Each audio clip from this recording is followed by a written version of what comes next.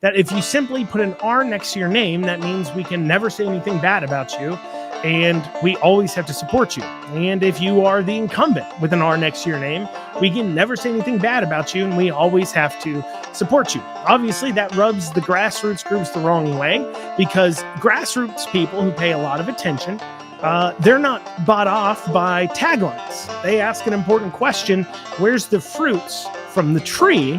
We elected you in. What are you going to do? What are you going to show us? And welcome, everybody, to the Andrew Cooperrider Show. Of course, I'm your host, Andrew Cooperrider, and I'm coming at you today with 3 news stories that you may have missed.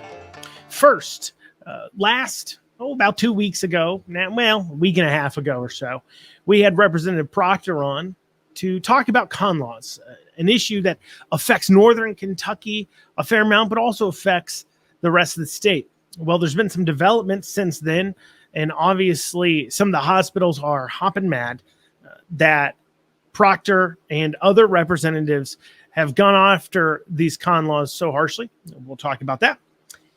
Beshear versus Cameron polls. We've had 2 polls come out since the last time we talked about polls, one in June and one in July. We'll talk about what those polls have said, what it means for the Cameron and Beshear campaign, and I'll give you some of my takeaways from that. Finally, a Muslim woman in Lexington is claiming her religious rights were violated because she was asked to remove her hijab during booking. I'll bring you that story and my take on it. I think some of you might be surprised with how I feel about this story, but we'll have that and so much more here today on the Andrew Cooperrider Show. So starting off, the Northern Kentucky situation regarding certificate of need or con laws continues. So for those of you who are unaware, con laws is a requirement here in Kentucky that every hospital, before they build locations, add beds, buy new equipment, add services, so on and so forth, have to seek permission to do so from the state. And the way that state confirms that permission is by asking the providers in the area whether or not that is a needed service. They can do some other studies to kind of dig into it, but that's their number one indicator. And if the providers in that area say, nope, we can provide that service just fine, there is not great demand for that, then they will not offer it. Well, this strange government enforced monopoly has created a lot of interesting situations all over the state. None more obvious than in northern Kentucky, an area that is significantly large and populous, yet only has one hospital system in the Kentucky area. Instead, they're losing 20 to 30%. According to Representative Proctor, who got that information from actually St. East, the hospital that's having that stranglehold monopoly on northern Kentucky, they admit they're losing 20 to 30% of healthcare customers across the river to Ohio because they lack the choices and options to get affordable and high quality healthcare. So that has led many to call out for the repeal or at least reform of certificate of need or con laws, because it's obviously causing a much higher healthcare cost. You don't need to have your PhD, like friend of the show, Dr. John Guerin, has in economics, in order to understand that when government says you can't have choices, that affects the pricing. And it obviously causes higher healthcare premiums as a whole. Well, of course, St. East Hospital can't handle this. Link North NKY, the newspaper, one of the newspaper website publications up there, published an article talking about how a state task force has been put together to look at certificate of need. In that same article, they also put a poll. Now, earlier this week, if you missed it, I had a call to action for you. See, this podcast isn't just about keeping you informed, but it's also about giving you action steps. And I'm sure if you've listened to the Proctor podcast, as well as this one, where I've talked about con laws numerous times and just did, and you're repulsed by them, the same as any freedom-loving Kentuckian should be, then you would want to demand they be repealed. And actually, a few days ago, I provided via email, I posted on my Facebook and my Twitter. So if you're not following me on Facebook, Twitter, or getting my emails, make sure you, one, check your junk for your emails or spam, but also make sure you're following me on Facebook and Twitter and signed up to get alerts. That being stated, they sent out this article, and in that article, they included the email for Deanne Wink at LRC. And I will put her email in the description here of this show. And what you need to know is she is the LRC employee assigned to this committee, and she is collecting up public comment on certificate of need. So if you want to shoot over an email that tells her, hey, you need to repeal this, it's causing higher healthcare premiums. If you can talk about a time you've had to go out of state because of our certificate of need laws, or because you couldn't find the healthcare you needed, include that. But even if you just look around and say, look, our insurance premiums, our healthcare, it is not up to the standard where it needs to be, and this is a big step to get it there. But of course, the St. East, they don't want that. So in this article for NKY, they also, as I said, had a poll. And St. East sent out this email to their employees. It says, timeline topics for July 19th. Action requested con poll. Link NKY, Northern Kentucky's news organization that has been closely following their certificate of need issue, is conducting an informal poll to see where residents stand. We encourage you to let your voice be heard. Keep in mind, they're sending this to their employees where they have their direct line. And they go on to say, the article recaps yesterday's con task force meeting in Frankfort, where state legislators heard from the Kentucky Hospital Association and other stakeholders impacted by con. They testified that con assures only the highest quality, most experienced healthcare providers are delivering care in our communities, but that con also allows safety net hospitals like St. Elizabeth to serve all patients, regardless of their ability to pay. Maintaining con is critical to ensuring safe, quality, and accessible healthcare for all Kentuckians. If you'd like more information or want to join us in educating our community members, we welcome you to visit and share kyforqualitycare.org or like Kentuckians for Quality Care on Facebook. Thank you for voicing your support for keeping con. Now, obviously, anytime you're supporting something called con, maybe you should rethink your decisions. But putting that to the side and the obvious hilarity of the entire issue, how can St. East make this claim about their ability to serve people regardless of whether or not they can pay? You have areas like Lexington and areas like Louisville that do have multiple hospital systems. I mean, the Lexington metro area, I believe, is kind of smaller. And then the Northern Kentucky area all combined that St. Elizabeth covers. But yet we have several hospital systems, all of which are able to provide care regardless of your ability to pay, and all of which provide the same quality of health care as St. East. What this really damages and affects is their ability to continue to have a stranglehold on the healthcare system of Northern Kentucky. And they're not the only ones, though, who care about this. The Kentucky Hospital Association has a vested interest in ensuring that this government-enforced monopoly continues because it allows them to charge whatever they want. See, St. East, and this was covered once again in the podcast with Representative Proctor, St. East having that lockdown of control gives them the ability to charge a fair amount. And they know that. They admit that competition would force them to drive down their prices. And they're now trying and attempting to convince Kentuckians that them not having competition, which would drive up prices, is a good thing. Now, what happened to this NKY poll? Well, when the citizens were weighing in, not the people whose pockets are lined by these laws, we would see time and time again that they were greatly ahead, the pro-reforming con laws or repealing it. But the people for repealing it were greatly ahead. But after this email went out, within a few hours, the St. East staff, the people who make their profits off of this, the higher up doctors, I'm sure, because obviously the employees at the lower level, either A, they've been brainwashed in believing that this is a good thing for them, or B, they haven't researched it or don't think about how simply markets work. Because obviously, if you are a nurse or a CNA or some sort of other frontline worker at the hospitals, you would certainly be in favor of repealing con laws. Why? Well, because without there being competition in the area, there's no competition for employees. That drives down your wages. One of the most interesting things that have happened with this inflationary period that Joe Biden has led us through is that we've seen gigantic increases in pay. Nowadays, even in most rural parts of Kentucky, nobody pays minimum wage, or next to nobody does. It's really hard to find employees. They're paying more like $12 to $15 an hour. And we see that all over the country. That is having the same effect. Competition for workers drives up wages. So obviously, having more choices of where to work would drive up your wages naturally. But that would once again hurt the pocketbook. See, that is the investment of the pack of lies that St. East administrators and the higher ups that make their money off of this stranglehold have a vested interest in. And once again, it's not just hospitals like St. East, it's hospitals all over this state that line their pockets because you have a lack of choices and their employees don't have choices of where to be employed. Coming up after this, the Beshear versus Cameron polling. We've seen some more polls there.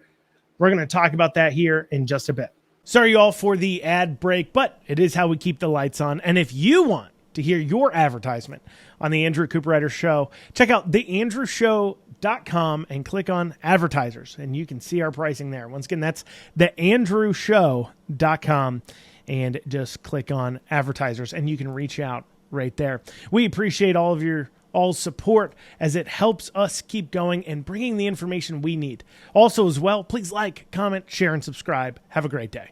This Friday through Monday only, Lexington Overstock Warehouse is opening our showroom doors to the public with amazing deals on brand new quality home furnishings. Get the lowest prices on our huge selection of sofas, sectionals, bedrooms, mattresses, tables, chairs, and more. All at 30 to 50% off retail. Local delivery and setup is available, as well as interest-free financing with approved credit. Shop online first at LexingtonOverstockWarehouse.com. Then check out our huge 4-day warehouse sale at the corner of West Tiverton and Mall Road. Lexington Overstock Warehouse. Low overhead means really low prices. All right, Beshear versus Cameron. Polls have come out in June and another poll in July.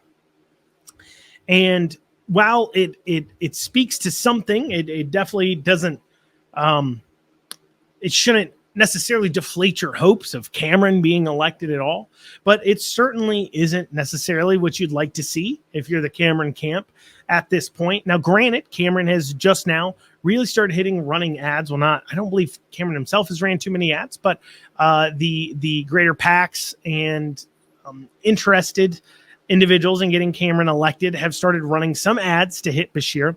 But mainly what I've seen personally, and maybe your experience is different, I've seen a whole lot of pro-Beshear ads and attacking Daniel Cameron ads, and I haven't seen a whole lot out of the Cameron campaign. Maybe you've noticed something different. But even as I'm driving around, I see more yard signs and other things for the Beshear campaign. Now, this is not necessarily alarming. Cameron, when he ran his campaign before, wasn't super big on handing out yard signs. And I believe, and I could be mistaken, and somebody from the Cameron campaign can reach out and I would correct this, but I've been told that the Cameron campaign is also charging for yard signs. Including even with the local GOPs, they have to buy the yard signs from the Cameron campaign. Now, that isn't necessarily a big issue per se. The local GOPs are supposed to be supporting their candidates through monetary donations. Purchasing signs from the campaign is an easy way to do that, while at the same time ensuring that if you're going to give out a sign, it's going to somebody who will put it in their yard in a good location. Having been involved in many campaigns, I can tell you signs don't win them. And I can also tell you signs can help. It makes people see that you have support out there, obviously. But signs aren't the end-all be-all. There's a saying in politics, signs don't vote. And so if you don't see him putting a lot of push on signs, that's a good part of the reason why. But in these polls, we had one in July that polled 46% Republicans, 44% Democrats, and 10% independents, which is the general makeup of Kentucky. And it found that Beshear had 52% of the vote, and Cameron 42%, and 6% were unsure. Then in July, another poll came out that had Beshear at 49% of the vote, 45% of the vote for Cameron, and then 5% undecided. So obviously, you'd like to see Cameron beating him in the polls. Cameron himself has released polls that show him within 2% hitting distance. Though, what I can tell you is he's got plenty of time to chop away at him. But I think Cameron has to start thinking about, with these polls in mind, as I said, if you don't think it's going to be a squeaker, you don't have to worry about this. But if you do think it's going to be a close one, I think Cameron needs to worry about shoring up his base. And I'm telling you this as somebody who obviously belongs to the parts of Facebook and Twitter sphere, as well as communicate with individuals that fall into different categories. See, when you look at the Republican voter, you have generally what I look at as 3 or 4 categories. You have the party people, and there's crossover in these categories as well. You have the party people. You have the grassroots activists. They can be involved with their local GOPs. Sometimes that's the outlet. Sometimes they have their own groups that they've formulated, things like the Tea Party, things like Make Americans Free Again, those types of groups that come together and meet. I know Warren County has the Warren County Conservatives. And so those groups that fund kind of that grassroots level push, really the party, the people who donate a lot of money to candidates are part of the party apparatus. The individuals that actually go out there and knock on doors and do the volunteer work, they're more a part of the activist apparatus, which falls into different groups. And a lot of times those come to a head. A lot of times in certain counties, especially, you see that the grassroots groups do not get along with their GOP groups at all. And a lot of this has to do with this idea that you see out of the GOPs, which is a greater argument maybe for a later day, but there is a belief at a lot of GOP parties, and obviously this helps keep control, that if you simply put an R next to your name, that means we can never say anything bad about you, and we always have to support you. And if you are the incumbent with an R next to your name, we can never say anything bad about you, and we always have to support you. Obviously, that rubs the grassroots groups the wrong way, because grassroots people who pay a lot of attention, they're not bought off by taglines. They ask an important question: where's the fruits from the tree? We elected you in. What are you going to do? What are you going to show us? And I bring this up because the Cameron campaign has to worry about that group, that activist group, that group that provides the door knockers, that group that provides those kinds of push. As of right now, I haven't seen necessarily a lot of engagement in those grassroots groups. We saw that from the Cameron campaign, had some engagement of talking to them during the primary side of things, but now during the general, that communication hasn't been reopened up again yet, but things change. Like I said, we're still a far ways out. You don't even necessarily maybe want to start knocking on doors right away with those people, because the volunteers are short term. You want to use those bodies as you get closer to the race. Maybe that's a thought process. I know Bashir has people out knocking now, but of course, I think most of them are paid knockers. I'm sure Cameron is putting together his knocking group if he doesn't already have knockers to go out and knock doors. But these grassroots apparatus people are you've got to worry about bringing them in. And it's really obvious that is of some concern, that there's groups of Republicans out there who are either unsure about Cameron, are not going to vote, or maybe they say, well, Bashir's the animal we know, or there's this weird thing that happens where individuals will hold their guy to a higher standard than the other guy. So we expect the other guy to behave in this way. We don't expect our guy to behave in that way. So if our guy behaves in the same way even the other guy does, we say, well, not we, I don't say it, but they say, well, I'm just going to vote for the other guy because I'm going to hold them to a different standard. We see that often too as well on the right side. This is just the bottom line. You can lament about it. You can be upset about it. You can yell at me about it, but that is just the facts on the ground when it comes to the electorate that makes up the Republican base. They're very split. And Cameron has to be thinking about how can he attract back in that base. And while, as I said, bringing Robbie Mills in is great to help out your Western Kentucky area.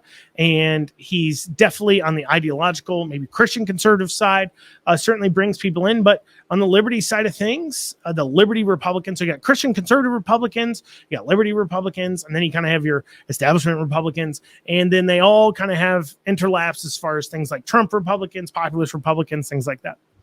But to your Christian conservative Republicans, that certainly helps tie them down. Though I don't think I don't think Cameron was necessarily too worried about the Christian right, or he shouldn't have been, because obviously with Bashir shutting down churches and how he's regularly been on these transgender issues, that certainly can become a problem. I think where Cameron needs to be worried about, as far as shoring up his base goes, he's got, and this is a hard for him, he's got the Liberty Republican group he's got to shore up. And then he also has the more moderate Republicans that say, well, Bashir hasn't done all that bad in their opinion, and the devil you know is better than the devil you don't. This is even more obvious when you look at your down ticket polling. When you look at things like in the same polls, ag commissioner or attorney general, you're seeing gigantic double-digit leads for the Republicans, like huge leads for the Republicans in those polls. Why? Because, one, they don't necessarily view that as much of an important thing, and they're saying, look, R is better than a D. I don't know anything about any of them, so I'm just going to vote for the R because that's better than a D. That is simply what they're thinking when they're looking at that. When it comes to governor, people pay, quote unquote, more attention. The media pays more attention. I said, quote unquote, because are they actually paying attention? Are they doing their own research? No, I don't believe they are. I believe they're being fed whatever lines that the media or the campaigns give them, and they run with it and then believe wrongly that they're informed instead of objectively looking at the issues. So what Cameron has to worry about is, how do I pick up my moderates while also shoring the Liberty group? And actually, he could deal with this in the same way, but he made, I think, a very critical mistake. And that was bringing on Mitch McConnell's chief of staff as a key figure on his campaign. Bringing him on, I think, was a big mistake. I think that any association with the McConnell camp in this way by Cameron, he can think it's not a big deal.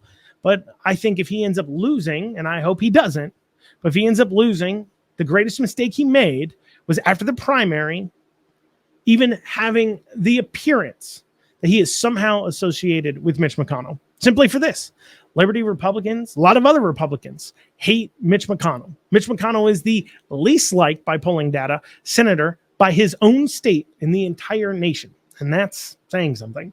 Trust me, that's saying something. He's the least liked. That means that even in the Republican Party, people don't like him. Liberty Republicans especially don't like him. Why? Because he is the definition of a person who says one thing and does another.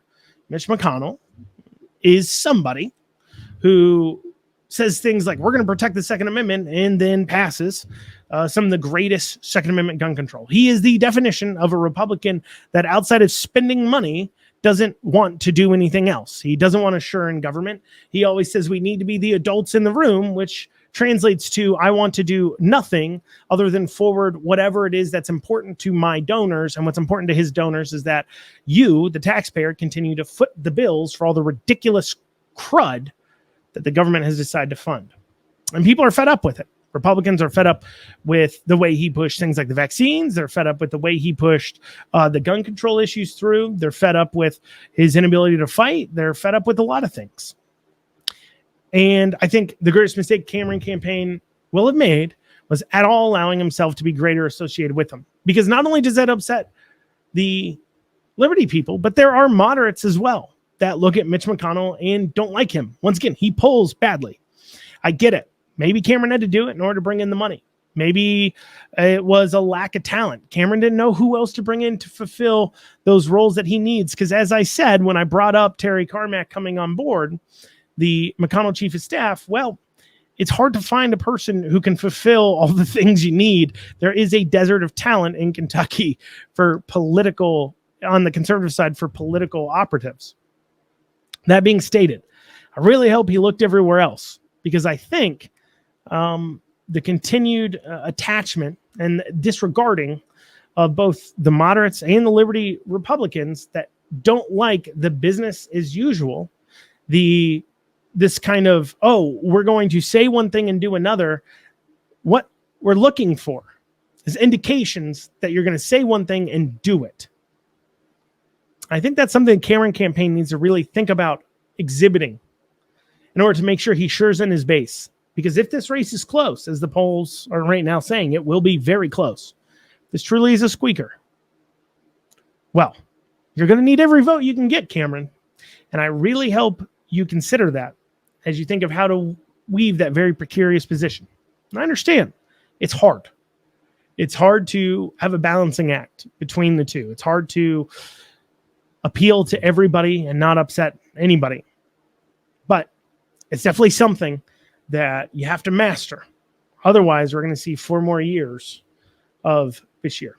Coming up after this, woman in Lexington got pulled over, arrested, and says she had her religious rights violated. We'll be covering that right after this. 859 Print, my go-to printer. I've done tens of thousands of dollars worth of business with them across campaigns. I've had them do direct mailers, buy TV ads, online advertising, web advertising, you name it. They can do it if it involves marketing. And I tell you this much, I always seek them out. They offer pricing that's the same or sometimes even lower than big places like Vistaprint while giving you that local feel and attention that you deserve. Check out 859 Print. Tell them Andrew sent you.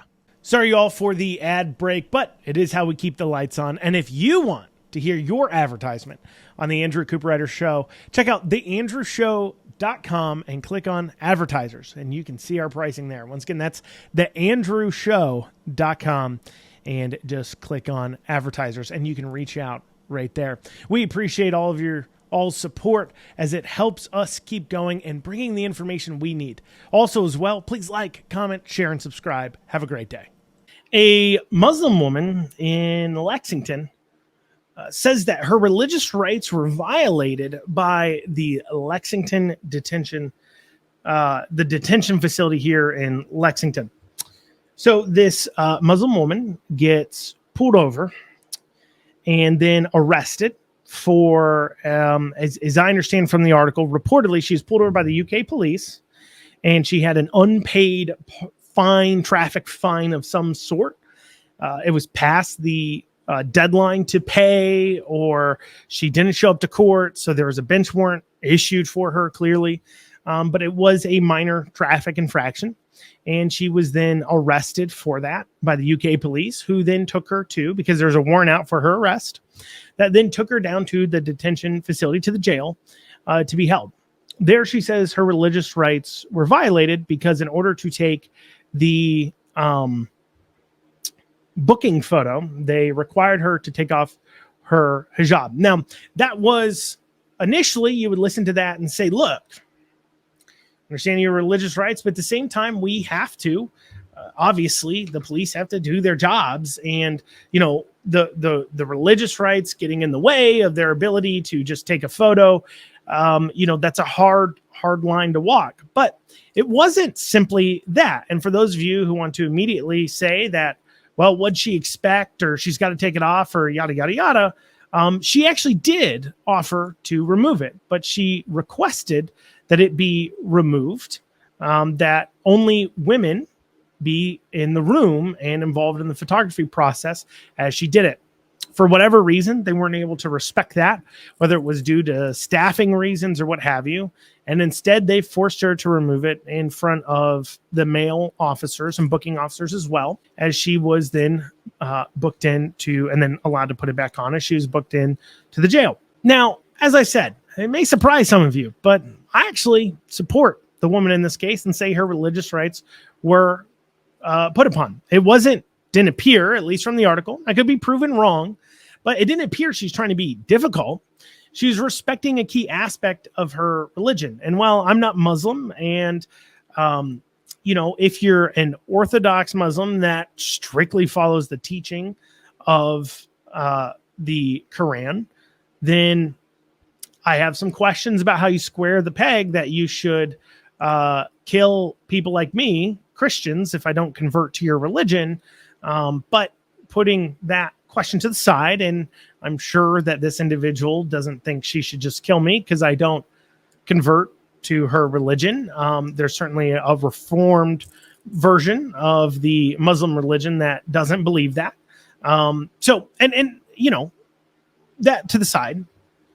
But one thing that I appreciate about the Muslim religion is this idea of modesty, especially amongst men and women. I'm not going to sit here and say it's necessarily the fairest rules in the world for men or women to be treated differently. I'm not even claiming that at all. And I'm certainly not pushing forward the idea that every single woman should have to wear a burqa or hijab. What I'm saying is, in her religion, that modesty is important, and only revealing yourself around other women or your husband is a sign of discipline and respect towards your God. And while we as Christians, if you're a Christian, don't necessarily look at, we don't have those types of things that we do, but we do other things, obeyance of certain commandments, beliefs that show our respect and following of God.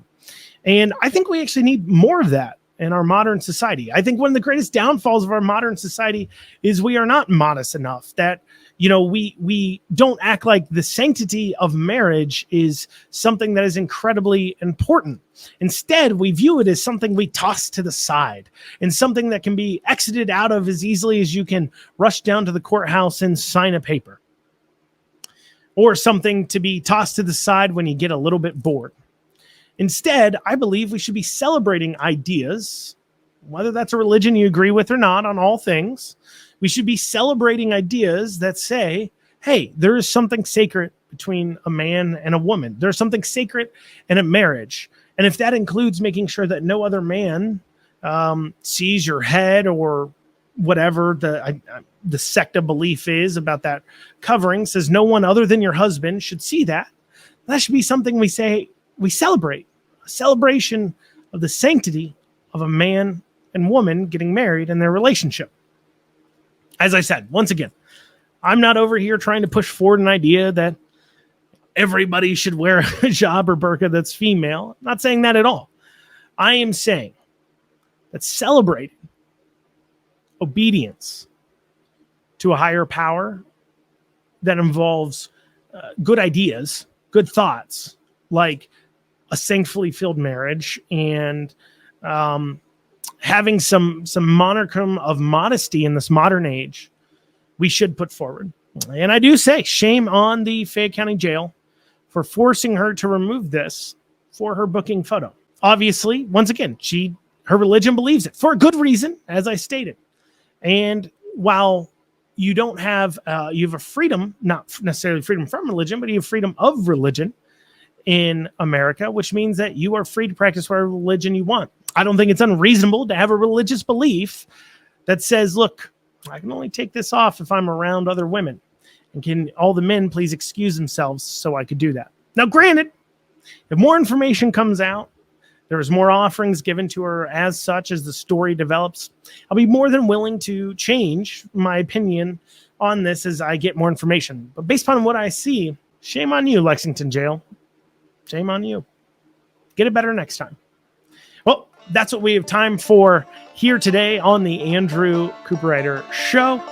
Feel free to, you can always reach out to the show, by the way. If, like, for an example, my last story, you have an opinion on it, you want to voice it, and you don't just want to say it in the comment section wherever you're at, please email me at info@theandrewshow.com. That's info@theandrewshow.com. You can also message me on Facebook and all other places too as well. And once again, please like, comment, share, subscribe, leave a review if you're listening on the podcast. Thank you all so much for joining us. Have a wonderful rest of your day.